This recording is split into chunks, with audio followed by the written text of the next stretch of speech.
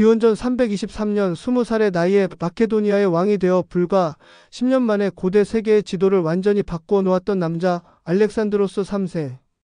인류 역사상 가장 위대한 정복자로 기록된 그의 갑작스러운 죽음은 영원할 것 같던 제국에 거대한 균열을 남겼습니다. 가장 강한 자에게라는 모호한 유언은 후계자를 지정하지 못했고 그 결과는 피로 얼룩진 수십 년간의 내전, 즉 디아도코이 전쟁이었습니다. 디아도코이는 그리스어로 후계자들을 의미합니다.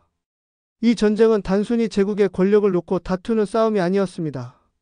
이는 알렉산드로스의 위대한 꿈을 이어받고자 했던 그의 장군들이 각자의 야망과 생존을 위해 펼친 인간 본연의 욕망과 배신, 그리고 영웅들의 비극적인 몰락을 보여주는 대서사시였습니다. 알렉산드로스 제국의 영토가 해체되고 헬레니즘 세계라는 새로운 시대가 열리는 이 거대한 격변의 시대를 함께 파헤쳐 보겠습니다. 영상을 끝까지 시청해 주시고 구독과 좋아요 부탁드립니다. 알렉산드로스의 죽음 이후 그의 장군들은 바벨론에 모여 제국의 미래를 논의했습니다. 문제는 후계자가 없다는 것이었습니다. 알렉산드로스의 이복 형제인 정신지체와 필리포스 3세와 갓 태어난 아들 알렉산드로스 4세가 있었지만 이들은 실질적인 권력을 행사할 수 없었습니다. 대신 알렉산드로스의 장군들은 제국을 잠정적으로 분할하여 통치하는 데 합의했습니다. 이것이 바벨론 분할입니다. 가장 강력한 장군 중 한 명이었던 페르디카스는 제국의 섭정 자리를 차지하며 전체 제국을 통제하려 했습니다. 그는 필리포스 3세와 알렉산드로스 4세의 보호자 역할을 자처하며 사실상 제국의 최고 권력자가 되었습니다. 이외에도 제국의 여러 영토는 다른 장군들에게 분할되었습니다. 이집트는 프톨레마이오스에게, 트라키아는 리시마코스에게, 소아시아는 안티고노스 1세에게 돌아갔습니다. 이들은 명목상으로는 페르디카스의 통치 아래 있었지만 각자의 영지에서 독립적인 권력을 키워나갔습니다. 역사학자들은 이 시기를 위장된 평화라고 부릅니다. 겉으로는 알렉산드로스 제국의 통일성을 유지하는 것처럼 보였지만 속으로는 이미 권력 투쟁의 불씨가 타오르고 있었기 때문입니다. 특히 페르디카스의 독단적인 행동은 다른 장군들의 불만을 샀고 이는 결국 제1차 디아도코이 전쟁의 도화선이 됩니다. 페르디카스의 독주에 가장 먼저 반기를 든 것은 이집트 총독 프톨레마이오스였습니다. 프톨레마이오스는 알렉산드로스의 유해가 신림관을 탈취하여 이집트로 가져갔고 이는 명백한 도발 행위였습니다. 알렉산드로스의 유해는 제국의 정통성을 상징하는 중요한 자산이었기 때문입니다.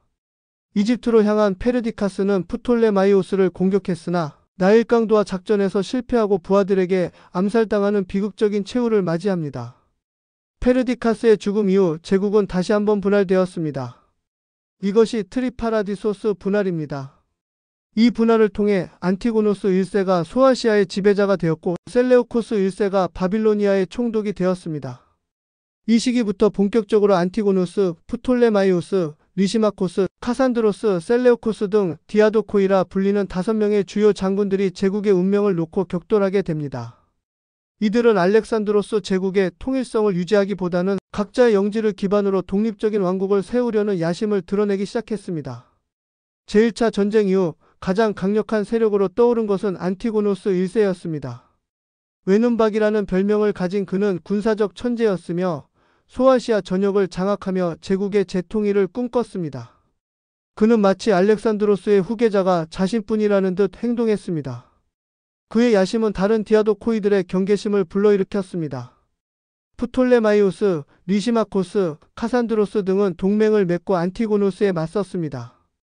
이 시기 가장 흥미로운 인물 중 하나는 바로 데메트리오스 폴리오르케테스, 즉 도시 포이자라는 별명을 얻은 안티고노스의 아들이었습니다.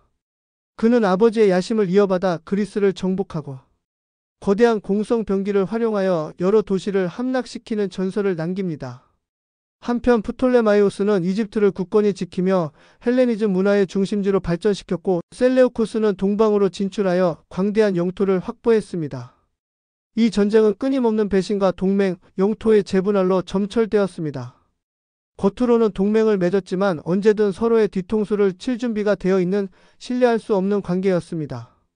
이들의 목표는 더 이상 제국의 통일이 아니라 각자 왕이 되는 것이었습니다. 디아도코이 전쟁의 클라이맥스는 기원전 301년에 벌어진 이프소스 전투였습니다. 이 전투는 안티고노스 1세와 그의 아들 데메트리오스의 연합군 그리고 프톨레마이오스, 리시마코스, 카산드로스, 셀레우코스의 연합군이 맞붙은 거대한 규모의 전투였습니다. 안티고노스는 80세가 넘는 고령에도 불구하고 직접 전투에 참여했지만 그의 아들 데메트리오스가 전투 중 이탈하면서 전세는 급격히 기울었습니다. 결국 안티고노스는 전사했고 그의 제국 재건의 꿈은 산산이 부서졌습니다. 이프소스 전투의 결과는 디아도코이 전쟁의 전환점이 되었습니다. 안티고노스의 죽음으로 더 이상 제국을 통일하려는 거대한 야심은 사라졌고 디아도코이들은 각자의 영지를 독립적인 왕국으로 확정했습니다. 이로써 프톨레마이오스 왕조, 셀레우코스 왕조, 안티고노스 왕조라는 3대 헬레니즘 왕국이 탄생하게 됩니다. 역사학자들은 이프소스 전투를 알렉산드로스 제국이 완전히 해체되고 헬레니즘 시대가 본격적으로 시작된 분수령으로 평가합니다. 이 전투 이후에도 크고 작은 다툼은 계속되었지만 더 이상 제국 전체를 놓고 벌이는 싸움은 아니었습니다. 디아도코이 전쟁은 알렉산드로스 제국의 몰락을 가져왔지만 동시에 헬레니즘 문화라는 새로운 문명을 탄생시켰습니다. 헬레니즘 시대는 그리스 문화와 동방 문화가 융합되어 발전한 독특한 시기입니다. 프톨레마이오스 왕조의 알렉산드리아는 거대한 도서관과 박물관을 중심으로 학문과 예술의 중심지가 되었고 셀레우코스 왕조는 동방의 여러 민족들과 교류하며 새로운 도시들을 건설했습니다. 하지만 이 전쟁은 디아도코이들의 비극적인 최후를 남기기도 했습니다. 이집트의 프톨레마이오스를 제외한 대부분의 디아도코이들은 전쟁 중에 죽거나 비참한 말년을 보냈습니다. 이는 권력에 대한 끝없는 욕망이 결국은 파멸을 불러온다는 교훈을 남겨줍니다. 디아도코이 전쟁은 단순히 군사적 충돌이 아니었습니다. 그것은 알렉산드로스의 그림자 아래에서 각자의 꿈을 키워온 장군들의 내면적 갈등과 욕망이 충돌한 드라마였습니다.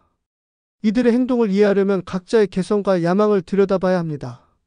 가장 먼저 안티고노스 1세는 알렉산드로스의 제국을 재건하려는 확고한 신념을 가졌습니다.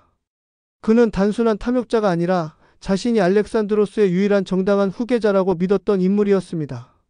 그의 아들 데메트리오스가 도시 포위자라는 별명으로 명성을 떨쳤지만 안티고노스 자신은 이미 노쇠했음에도 불구하고 왕국 재건이라는 대의를 위해 끝까지 싸웠습니다. 그의 최후는 비극적이었지만 그의 야망은 헬레니즘 세계의 미래를 결정짓는 중요한 요소였습니다. 다음으로 프톨레마이오스는 가장 현실적이고 영리한 인물이었습니다. 그는 알렉산드로스의 유해를 탈취하고 이집트를 자신만의 안전한 요새로 만들었습니다. 제국의 통일보다는 자신의 왕국을 굳건히 지키는 것을 최우선으로 삼았으며 이러한 실용적인 태도는 그의 왕조가 300년 가까이 이어지는 기반이 되었습니다. 알렉산드로스의 원대한 꿈을 계승하기보다는 현실의 이득을 챙기는 그의 선택은 훗날 이집트를 헬레니즘 문화의 중심지로 만들었습니다. 셀레우코스 1세의 이야기는 가장 드라마틱합니다. 그는 바빌로니아에서 쫓겨났다가 다시 돌아와 동방의 지배자가 된 인물입니다. 그의 힘은 안티고노스에게 맞서 싸웠던 다른 디아도코이들과의 동맹에서 나왔으며 인도까지 이르는 광활한 제국을 건설하며 니카토르라는 칭호를 얻었습니다. 그의 삶은 실패와 재기를 반복한 영웅의 서사시와 같았습니다. 마지막으로 카산드로스는 알렉산드로스의 가족을 모두 살해하며 왕권을 확립했습니다. 그의 잔인한 행동은 왕자를 위해 모든 것을 버린 권력자의 냉혹함을 보여줍니다.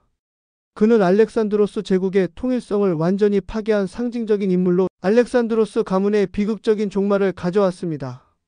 이들의 개인적인 욕망과 비극적 서사는 알렉산드로스의 죽음이 단순히 한 제국의 몰락이 아니라 새로운 시대의 영웅들이 펼친 처절한 생존 게임이었음을 보여줍니다. 영상을 끝까지 시청해 주셔서 감사합니다. 구독과 좋아요는 영상 제작에 큰 힘이 됩니다.